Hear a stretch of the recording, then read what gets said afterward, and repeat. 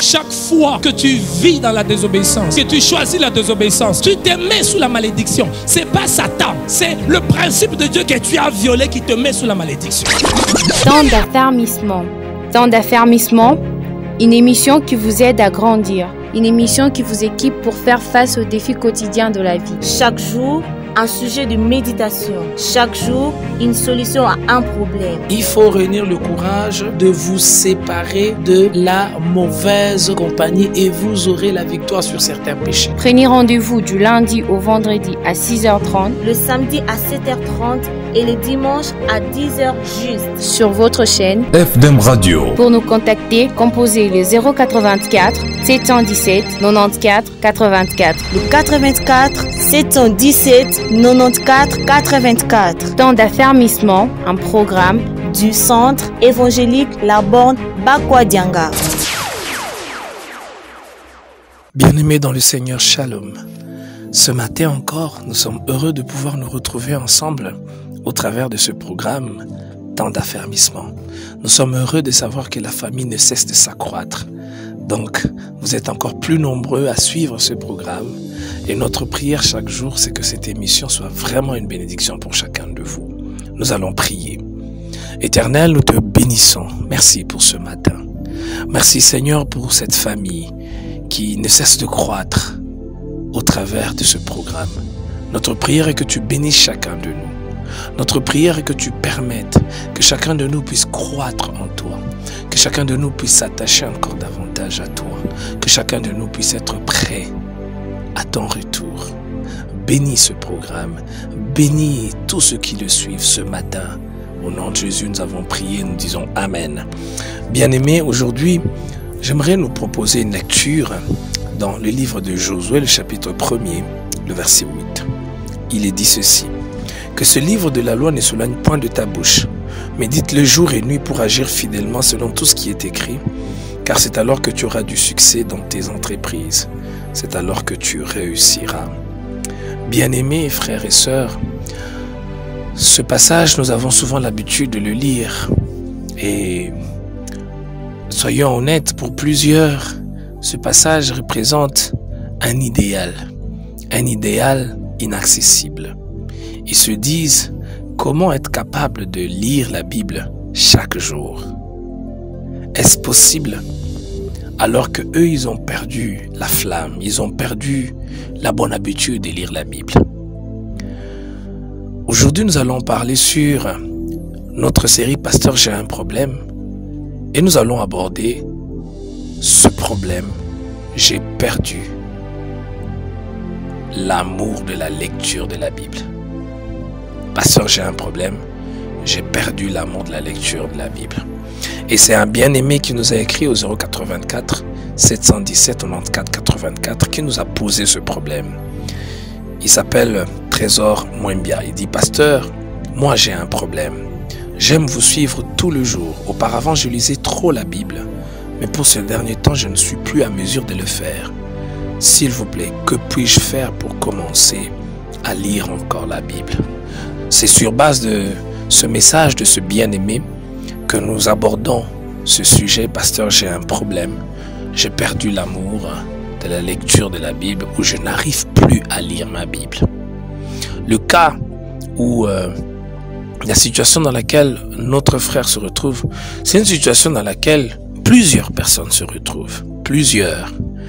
Et il faut dire que certains même commencent à trouver cela normal. Certains s'habituent à ne plus lire la Bible. Ils restent simplement avec une connaissance qu'ils ont accumulée dans les années passées de la parole de Dieu, mais ils n'ont plus cette vie de lecture quotidienne de la Bible. D'autres encore même n'ont jamais pris le goût de lire la Bible. Ils se sont convertis, ils sont passés peut-être par des séances d'enseignement et tout, mais eux-mêmes n'ont pas la vie de la lecture de la parole de Dieu. Et c'est là produit des conséquences. C'est là produit des conséquences sur la vie, sur la marche chrétienne. Ce qu'il faut savoir en rapport avec la lecture de la Bible, c'est que premièrement, on ne peut être un chrétien fort, un chrétien vainqueur, un chrétien vivant, si on ne lit pas la Bible. C'est une des plus grandes erreurs, on peut dire mieux un aveuglement, que de croire qu'on peut rester un véritable chrétien en ne lisant pas la Bible. C'est un grand mensonge. Et je crois que derrière ce mensonge, il y a toujours Satan qui fait croire à plusieurs personnes, écoute, tu ne lis plus la Bible, ça fait 2 mois, ça fait 6 mois, ça fait 8 mois, tu ne lis plus régulièrement ta Bible, mais tu peux être un bon chrétien, un vrai chrétien. Ce n'est pas possible. Personne ne peut être un vrai chrétien s'il ne lit pas la Bible, s'il n'est pas attaché à la lecture de la parole de Dieu. La deuxième chose qu'il faut savoir en rapport avec la lecture de la Bible, c'est que la lecture de la Bible est l'une des activités qui font que le chrétien soit capable d'entendre Dieu. Un chrétien qui n'a pas l'habitude de lire la Bible ne peut être capable de reconnaître la voix de Dieu au travers des circonstances, au travers des événements. C'est par la Bible que l'on s'habitue à écouter Dieu. Alors vous imaginez le drame d'une personne qui ne sait pas entendre la voix de Dieu dans les Écritures. Il ne pourra pas entendre, il ne sera pas capable de reconnaître la voix de Dieu au travers des circonstances, au travers des dons spirituels. Voilà pourquoi plusieurs personnes sont entraînées par toutes sortes de séductions. Plusieurs personnes se laissent entraîner par des pseudo-prophètes. Plusieurs personnes se laissent conduire vers des chemins dangereux parce qu'ils sont tout le temps à la recherche qu'on leur dise ce qui est à la base de leurs problèmes, ce qui est à la base de leur souffrance, ce qui est à la base de leur blocage, et ils veulent pas lire la Bible. Ils sont donc incapables de reconnaître la voix de Dieu. La lecture de la Bible est une activité importante pour le chrétien. La troisième chose qu'il faut connaître en rapport avec la lecture de la Bible, c'est que la lecture de la Bible vous permet de marcher réellement avec Dieu. Comment marcher avec Dieu si on ne connaît pas sa volonté?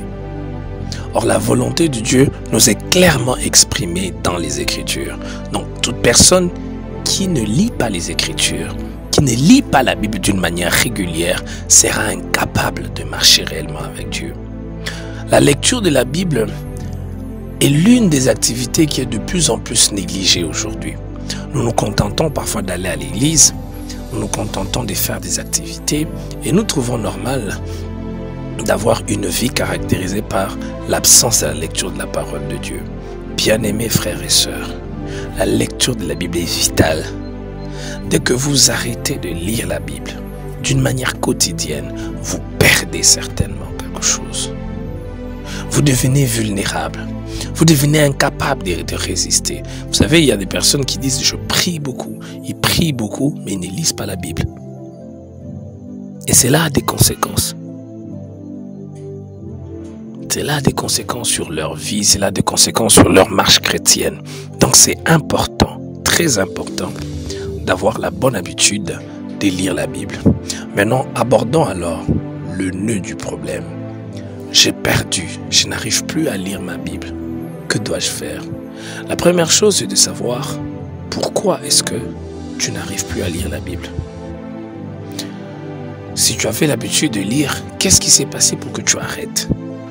Et cet élément, cette question est une question cruciale, une question importante dans ce processus. Généralement, c'est soit votre manque de discipline en matière de temps, ou soit vous avez remplacé la lecture de la Bible par autre chose. Alors pour cela, il faut être honnête avec soi-même, se regarder. Qu'est-ce qui m'a amené à ne plus lire régulièrement la Bible? Parfois, c'est aussi le péché. Vous savez, quand on a une vie de péché, c'est difficile de maintenir la discipline de la lecture de la parole de Dieu. Quand quelqu'un vit d'une manière permanente dans le péché, vous verrez qu'il n'aura plus l'amour de la lecture de la parole de Dieu.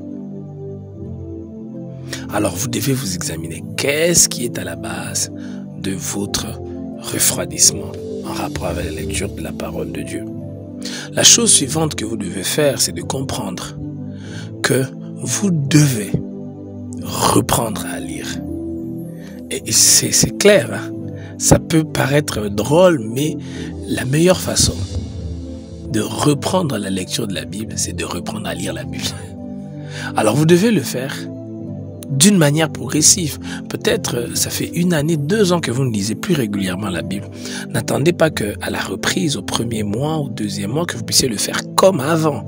Ça sera difficile. Commencez avec 1 verset par jour, avec 2 versets par jour, avec 3 versets par jour. La chose suivante, entourez-vous des personnes qui vont vous pousser à lire la Bible. Il faut dire que ces genres de personnes sont devenues très rares, même dans nos assemblées, même dans nos milieux dits chrétiens. Des personnes qui restent attachées à la lecture de la Bible et qui répandent cette culture de la lecture de la Bible sont devenues très rares. Aujourd'hui, nous voyons qu'il y a des personnes qui sont plus dans le sensationnel, des personnes qui veulent qu'on les impose des mains, des personnes qui veulent qu'ils tombent, qui racontent parfois des histoires falsifiées pour donner l'air de plus de spiritualité. Mais des personnes qui lisent la Bible deviennent davantage rares dans nos églises. Mais pourtant, ce sont ces personnes qu'il faut fréquenter. Quand vous fréquentez des personnes qui ont la culture de la lecture de la Bible, ils vont vous pousser, ils vont vous stimuler à lire la Bible. La chose suivante qu'il faut faire, bien sûr, c'est de fixer des heures, de fixer un programme clair de lecture régulière de la parole de Dieu. Vous n'arriverez pas à lire la Bible d'une manière quotidienne si cela ne devient pas une discipline. Quand c'est une discipline, cela veut dire qu'on va le faire même quand on n'a pas envie de le faire. On va le faire même quand on n'a personne pour nous suivre. On va le faire même quand on a des raisons pour ne pas le faire. On va le faire parce qu'on sait que c'est ce qu'on doit faire. Et rien ne peut remplacer la lecture et la méditation de la parole de Dieu dans la vie, dans la marche de toute personne qui veut marcher, qui veut vivre avec son Créateur. Alors, imposez-vous un rythme de lecture, une heure précise en fonction de votre emploi du temps, en fonction de vos activités, parce que vous ne pouvez pas avoir le même rythme ou le même programme de lecture de la Bible avec votre voisin, avec votre voisine, avec votre ami, parce que peut-être que vous êtes dans des activités très différentes. L'autre peut-être sera dégagé le matin, l'autre c'est le soir, alors il faut tenir compte de ça. Fixez-vous un programme clair et engagez-vous à respecter ce programme. Alléluia. J'espère que vous avez été bénis ce matin. Nous bénissons le Seigneur pour tous vos messages. Je suis heureux de découvrir que davantage l'interaction devient plus intéressante. Vous nous écrivez régulièrement. Vous qui nous avez suivis aujourd'hui pour la première fois, eh bien vous pouvez nous écrire, vous nous envoyez vos questions, vos sujets de prière au 084 717 94 84. Alors nous allons lire les questions qui nous ont été envoyées. Et un bien-aimé dit: bonjour pasteur, s'il vous plaît, j'ai un problème, je travaille et je trouve de l'argent, mais mes projets ne se réalisent pas toujours. Je peux faire quoi, mon pasteur? Eh bien, je vous donne rendez-vous pour demain. Nous allons, par la grâce de Dieu, si c'est possible, aborder ces sujets dans notre série Pasteur, j'ai un problème. J'ai des difficultés dans la gestion de mes finances. Je suis sûr que vous serez bénis. Alors, il y a un autre bien-aimé qui nous écrit: bonjour, pasteur Emmanuel. J'ai une question. Expliquez-nous sur la naissance des églises de réveil. C'est le frère Gévic. Nous sommes en pleine discussion. Eh bien, je crois que nous aurons une émission une fois, une émission spécialisée pour parler de l'histoire des églises. Sinon, en quelques minutes, cela ne sera pas suffisant. Il y a un bien-aimé qui nous écrit, qui nous dit: bonjour papa, priez un peu pour moi et pour la délibération que nous attendons à l'UM. Que Dieu opère un miracle. C'est le frère Roger. Eh bien, frère Roger, nous prions pour vous, que le Seigneur vous protège, que le Seigneur prenne soin de vous, que sa grâce abonde dans votre vie au nom de Jésus-Christ. Amen. Alors, il y a une sœur qui nous écrit, et ça c'est un témoignage. Nous bénissons le Seigneur, nous acclamons le Seigneur pour ce témoignage. J'étais très heureux de lire ce message. Je vais le lire ensemble avec vous. Alors, la sœur écrit: bonjour pasteur Emmanuel, je suis reconnaissante de vous avouer qu'à travers vos conseils, je suis devenue une nouvelle personne, car j'ai réussi à me séparer d'un compagnon qui me mettez hors de ma conscience. Que l'Éternel vous révèle à jamais. Oh, gloire à Dieu. Seigneur, nous te bénissons pour cette sœur. Tu l'as restaurée. Elle est devenue une nouvelle créature. Nous sommes heureux d'apprendre qu'elle a tourné le dos à tout ce qui ne te glorifie pas. Merci Seigneur. Garde-la attachée à toi, là où elle se retrouve au nom de Jésus-Christ. Amen. Il y a un bien-aimé qui nous écrit... Bonjour pasteur, c'est Fiston Ndundu. Comment faire pour réussir sa vie? Une question très importante. Je crois que cela peut nécessiter même toute une série d'enseignements. Mais d'une manière brève, j'aimerais dire pour réussir sa vie, la première chose, il faut être avec Jésus-Christ. Sans Jésus-Christ, vous ne pouvez pas réussir votre vie. Vous pouvez avoir le succès, vous pouvez avoir la gloire, vous pouvez avoir même l'opulence, autant de moyens. Cela n'est pas synonyme de réussir sa vie. Il y a des personnes qui ont l'or, qui ont les diamants, mais qui sont malheureux. Réussir sa vie, c'est d'abord accepter Jésus comme Seigneur et Sauveur. Et ensuite, réussir sa vie, c'est découvrir son appel. À quoi est-ce que Dieu vous a appelé? Quelles sont ces choses que vous faites sans être payé, sans être suivi? Vous aimez tellement le faire que vous ne voyez pas le temps passer en le faisant. Plusieurs personnes ne réussissent pas leur vie simplement parce qu'ils veulent imiter les autres. Ils veulent faire ce que les autres font. Troisième chose qu'il faut faire pour réussir sa vie. Parce que vous savez, il y a une différence entre réussir dans la vie et réussir sa vie. On peut faire des activités qui ont réussi, mais en définitive, on n'a pas réussi sa vie. La chose qu'il faut faire après pour réussir sa vie, c'est de rester concentré sur son appel ou sur sa vocation. Plusieurs personnes sont dispersées, sont caractérisés par un manque de focus, un manque de concentration. Ils sont tellement dispersés, ils sont tellement en train de faire plusieurs choses à la fois qu'ils n'arrivent à rien faire parfaitement. Vaut mieux faire une seule tâche et l'amener jusqu'au bout que s'engager dans 10 tâches et n'amener aucune tâche au bout. L'autre chose qu'il faut faire, je vais parler d'une manière rapide. L'autre chose qu'il faut faire pour réussir sa vie, c'est de savoir bâtir des bonnes relations. Eh bien, les bonnes relations sont importantes. Les relations, c'est quelque chose de très important. Plusieurs personnes méprisent les relations, mais les relations ont un impact. Les relations ont un impact sur notre vie. Quelqu'un a dit, vous ne pouvez pas aller très loin seul. Vous pouvez gravir certains échelons seul, mais pour gravir d'autres échelons, vous avez besoin de quelqu'un. Bâtissez des bonnes relations. Développez cette capacité de reconnaître les bons et les mauvais. Et je suis sûr que votre vie sera une vie d'exception. Je suis sûr que votre vie sera une vie différente. Bien-aimés dans le Seigneur, il y a encore un autre message qui nous a été envoyé. S'il vous plaît, pasteur, priez pour moi et ma fiancée. Nous nous aimons, mais subitement, elle ne veut plus de moi. Je ne connais pas la raison. Or, je l'aime encore. Ou je crois que ce que vous devez faire, bien-aimé, c'est de parler avec votre fiancé, de chercher à savoir quelle est la raison, qu'est-ce qui la pousse à changer de point de vue. Mais sinon, nous prions que le Seigneur vous soutienne, que sa grâce se manifeste au nom de Jésus. Amen.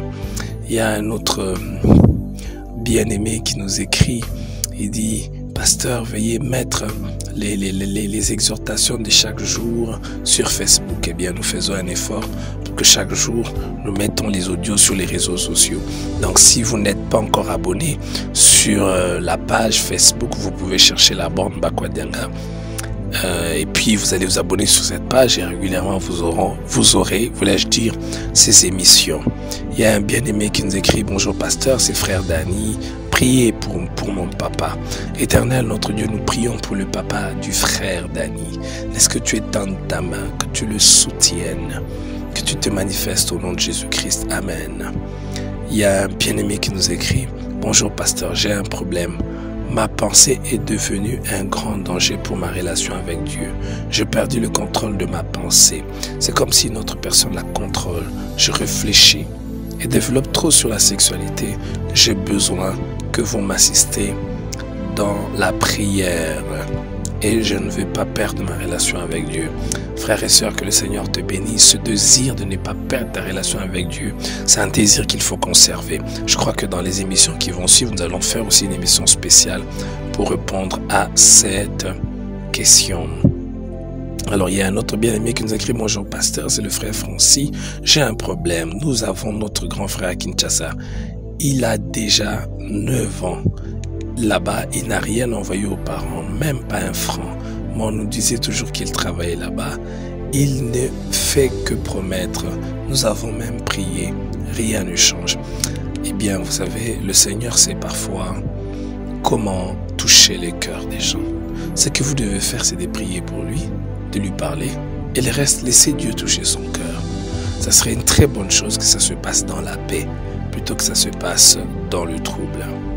Il y a un bien-aimé qui nous écrit: bonsoir pasteur, c'est moi le frère Jocelyn depuis la ville de Lubumbashi. J'ai prié un peu pour moi, pour que Dieu m'aide et qu'il me donne un boulot pour la gloire de son nom. Eh bien, nous allons prier pour ce frère qui est à Lubumbashi, certainement qui nous a suivis via les réseaux sociaux et nous a envoyé ce message. Seigneur, nous te prions pour ces bien-aimés qui est à Lubumbashi. Daigne étendre ta main, daigne le toucher, daigne glorifier ton nom, daigne lui donner de l'emploi. Au nom de Jésus, nous avons prié et nous disons Amen. Bien-aimés, que le Seigneur vous bénisse. Vous aussi, vous pouvez nous écrire au 084 717 94 84. Je vous informe que nous continuons avec ces merveilleux programmes, ce séminaire de femmes d'impact ayant pour thème l'impact d'une femme sage. Vous serez bénis en participant à ce programme. Et n'oubliez pas ce dimanche à notre culte de renouvellement de l'intelligence, soyez nombreux et Dieu va vous bénir. Que le Seigneur vous bénisse, nous allons prier. Éternel, nous te bénissons. Merci parce que tu es là. Merci parce que tu as permis que nous puissions avoir ce temps de partage. Bénis chaque personne qui était connectée au nom de Jésus-Christ. Amen. Que Dieu vous bénisse.